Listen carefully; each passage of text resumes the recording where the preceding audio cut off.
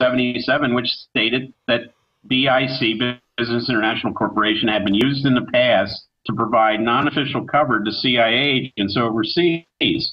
And in this case, it was 4 journalists were working for BIC, were actual CIA agents. And I said, well, that's very odd. What did Obama say about this in his book? And I went back and oh, there it is. He said after he graduated from Columbia, he went to work for a company in Manhattan. That's all he says. It wasn't, and it turns out it wasn't a company, it was the company. And even the David Maraniss book that's out on Obama, he had to address that CIA connection to BIC. So he cites a conversation between Obama and some BIC more senior guy, I guess, in the hallway, and he says, oh, they got in a big argument where Obama was criticizing the CIA, and this older gentleman was basically saying, look, they're not all bad there, but I think this is more, and that's it. And that's it in the Maraniss book, because, they're not going to go into the depth that I went into, BIC, who were they?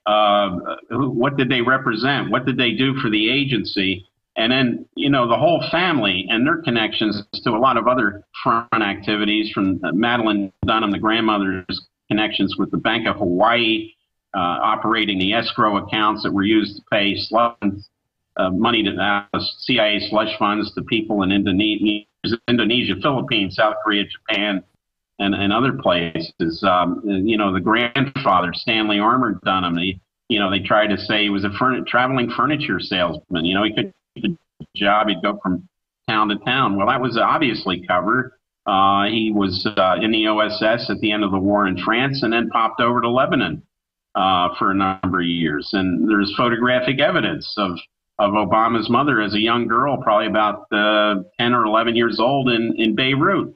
And so the whole history of Obama and his family has been manufactured. So hence the title of the book, The Manufacturer President. It's really a play on the old Teddy White series, The Making of a President. He wrote those in the 1960s elections. But this, in fact, was the manufacturing of a president. And I go into the whole history of behavioral science programs at the CIA, the fact that the University was one of 5 universities favored by Richard Helms, the longtime CIA director, for CIA's behavioral research programs. And, what is behavioral research? Well, it's programming individuals. I mean, so is Obama a Manchurian candidate from Langley? Not from Manchuria, but a Manchurian candidate. It certainly appears so from all the research that I've done. This person was deep selected at a very early age, talent spotted, and he had this amazing political rise. He was a junior senator serving his first term when he was elected president. When you look at other presidents, they had served in the House, the Senate, governorships for years and years and years before they ran for the presidency, and many of them lost. All right, let's stop there for just a moment, Wayne. I want to get your take on Dreams from My Real Father. I don't know if you've seen it yet, but knowing you probably heard of it, by Joel Gilbert. Look, I understand the perspective of him being connected to Reds, but I also understand that a lot of that was funded by the military-industrial complex to create a false enemy as a pretext to set up a police state. That's been declassified, so people have trouble bringing two things together. Wait, CIA, but also connected to all these communists. And I got to tell you, I think the evidence is compelling that Frank Marshall Davis acts just like his dad, that the grandpa every week when he was a little kid would bring him over there, and that his book says some weird thing between them that was secretive and he didn't know what it was. Hint, hint. He talks more about this guy in his book than most of his other family, his mother. It's like 2,500 words. I mean, the writings of this guy are telegraphed right into Obama's speeches. The other dad looks nothing like him. The State Department threw him out of the country and said this isn't Obama's dad, Barry Soetoro's dad. The photos look real from the private collection. you know, with Ann Dunham bending over or whatever. He was an admitted pornographer who wrote the Black Sex Rebel book. The photos of the couch he's on, countless photos and films of him doing TV interviews on the same couch. I mean, it just goes on. And then you realize, wait, they said for 16 and a half years in his publications that he was from Kenya. She said it. There's all this history because that was his cover for so long. And then he had all these other identities that you and I mean, just remember 3 years ago, you'd say his name's Barry Soetoro. You know, you'd been to foreign countries to prove it. They're like, that's a conspiracy theory. And then now they're like, oh, yeah, he was Barry Soetoro. So we know there's been a cover-up. We don't know who he is. But I'm telling you, I think this film, you know, your book goes over the fact that it's a made-up story, like the Daily Mail said, that, you know, his dad wasn't really tortured by the British. They admit it's all a fiction. You know, you're over here showing that he's not who he says he is. Comment on who you think he really is and what you think of this film, if you've heard of it or seen it, A. And then B, I want to ask the question, you know, CIA background, communist background, how those two go together.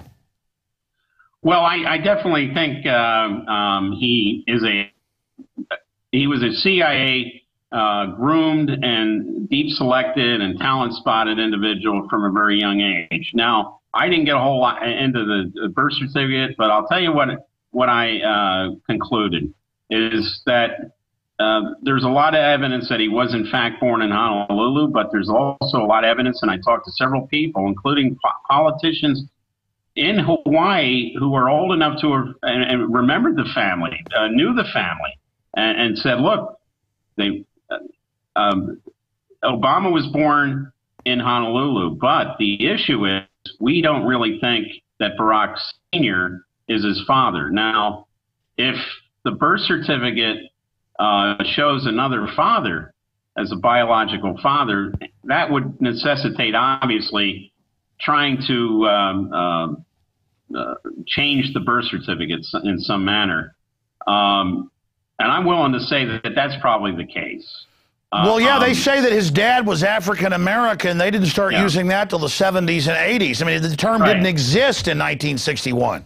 Absolutely. And whether his father was Marshall Davis, it would make sense that Stanley Armour Dunham, the grandfather, who was with the CIA station in Honolulu, you know, trying to tell everybody he was working for Pratt's Furniture Store, which didn't exist. It only existed in corporate records. There was no more brick and mortar store in Honolulu called Pratt Furniture. That was an invention. But look, you know, if he's with the Honolulu CIA station, and Frank Marshall Davis is either somebody who they're using as a double agent or somebody they're trying to get information or intelligence from, it would make sense he might hang around this guy. Because remember, in this time frame in Hawaii, this is the Cold War. Hawaii is basically a huge military base, especially the island of Oahu. And you've got a known communist agitator prancing around. Obviously, they're going to send FBI, CIA at him. Absolutely. And look, we also know, we're told that Obama's mother and Barack Sr. for the first time in a Russian language class at the University of Hawaii. Well, it's quite clear that Stanley Armour Dunham, the grandfather, was at the airport, and I've got a photo of that, in 1959 when Barack Sr. first arrives as part of the CIA's Airlift Africa project to get these African students educated and then turn them back over to their native countries so they could be put into government positions. The Russians were doing the same thing, and we were competing with them, and the Chinese to a lesser extent. So now I was told by a very good source that in 1960, Stanley Armour Dunham got a new assignment, temporary assignment. He was sent to Cuba. This is after Castro takes over, and he took Ann Dunham there, and there apparently is some files in Cuba held by the Cuban government that Obama's father may have been an Afro-Cuban who impregnated her in 1960. Of course, Obama's born August the 4th. Well, I was about to say, just looking at people, I mean, he looks like, you know, folks I know that are part white, part, you know, Hispanic, part black. He looks nothing like his supposed father. And I mean, I've always said he looks like he's not just white and black. He looks like he's Hispanic as well. Yeah, and this came to me from a very good source, as I say, has very good connections with the Cuban government, and that's what they have determined, that there was a record of Stanley Armour taking Stanley and Dunham to Cuba in 1960. It would have been probably towards the end of 1960. He's born August the 4th, given 8 to 9 months pregnancy. That would make sense. But see, I say that Marshall Davis looks like, he has multiple racial backgrounds, not just white and black as well. I mean, the voice, the facial spots, the fact that Grandpa bring him over there every week, the fact of the couches, the black sex rebel, the porn stuff. I tell you, have you seen this film yet, Dreams from My Real Father? I haven't seen it yet. I'll tell you, though, that Stanley Armour Dunham, the grandfather, used to take young Barack to a lot of places. I have a part of the book where I describe how he takes him to Bill Lederer's bar, which is in the hooker district of Honolulu, Hotel Street. And Bill Lederer was OSS during the Second World War. So basically, Barack was being shown how to become a CIA operative. Well, yeah, he said he used to sit at the bar and blow bubbles into his Coke. But Bill Lederer, of course, became very famous. He wrote the book called The Ugly American. And during the war, he was stationed in China, and he was basically the OSS point of contact with a Mr. Nguyen, Vietnamese man, who turns out that was Ho Chi Minh himself. Amazing. Well, bottom line, I'm going to send you a copy of this. We sell it at InfoWarsShop.com because I want to get your real honest review. I respect your view and your analysis, so I want to get your perspective on this intriguing film. I'll mail you a copy tomorrow, all right? Okay, great. Fantastic. Now, let's get into more of your book. I mean, it covers a lot, and it really proves what is now getting more and more mainstream traction, that we don't know who Obama is, and so that tells us a lot about him, though. It does, and as I pointed out, look at past presidents, recent past presidents. We know, actually, we knew too much in the case of Bill Clinton, didn't we? We know about Mitt Romney's dog with diarrhea. I mean, we know, Yeah, right. And we knew their hometowns. We knew all about Plains, Georgia, Hope, Arkansas, Ike, Abilene, Kansas, and then later high school sweethearts. Everything. Absolutely. And we know so little about Obama. From a historian's standpoint, it's very tough to do a book on this guy, and because there's just so little available, and the record has been altered. What about his academic records from Occidental and Columbia? They said they would release them, but under the Federal Education Privacy Act of 1974, called the Buckley Act, that was Bill Buckley's brother Jim Buckley put that through, the then senator from New York.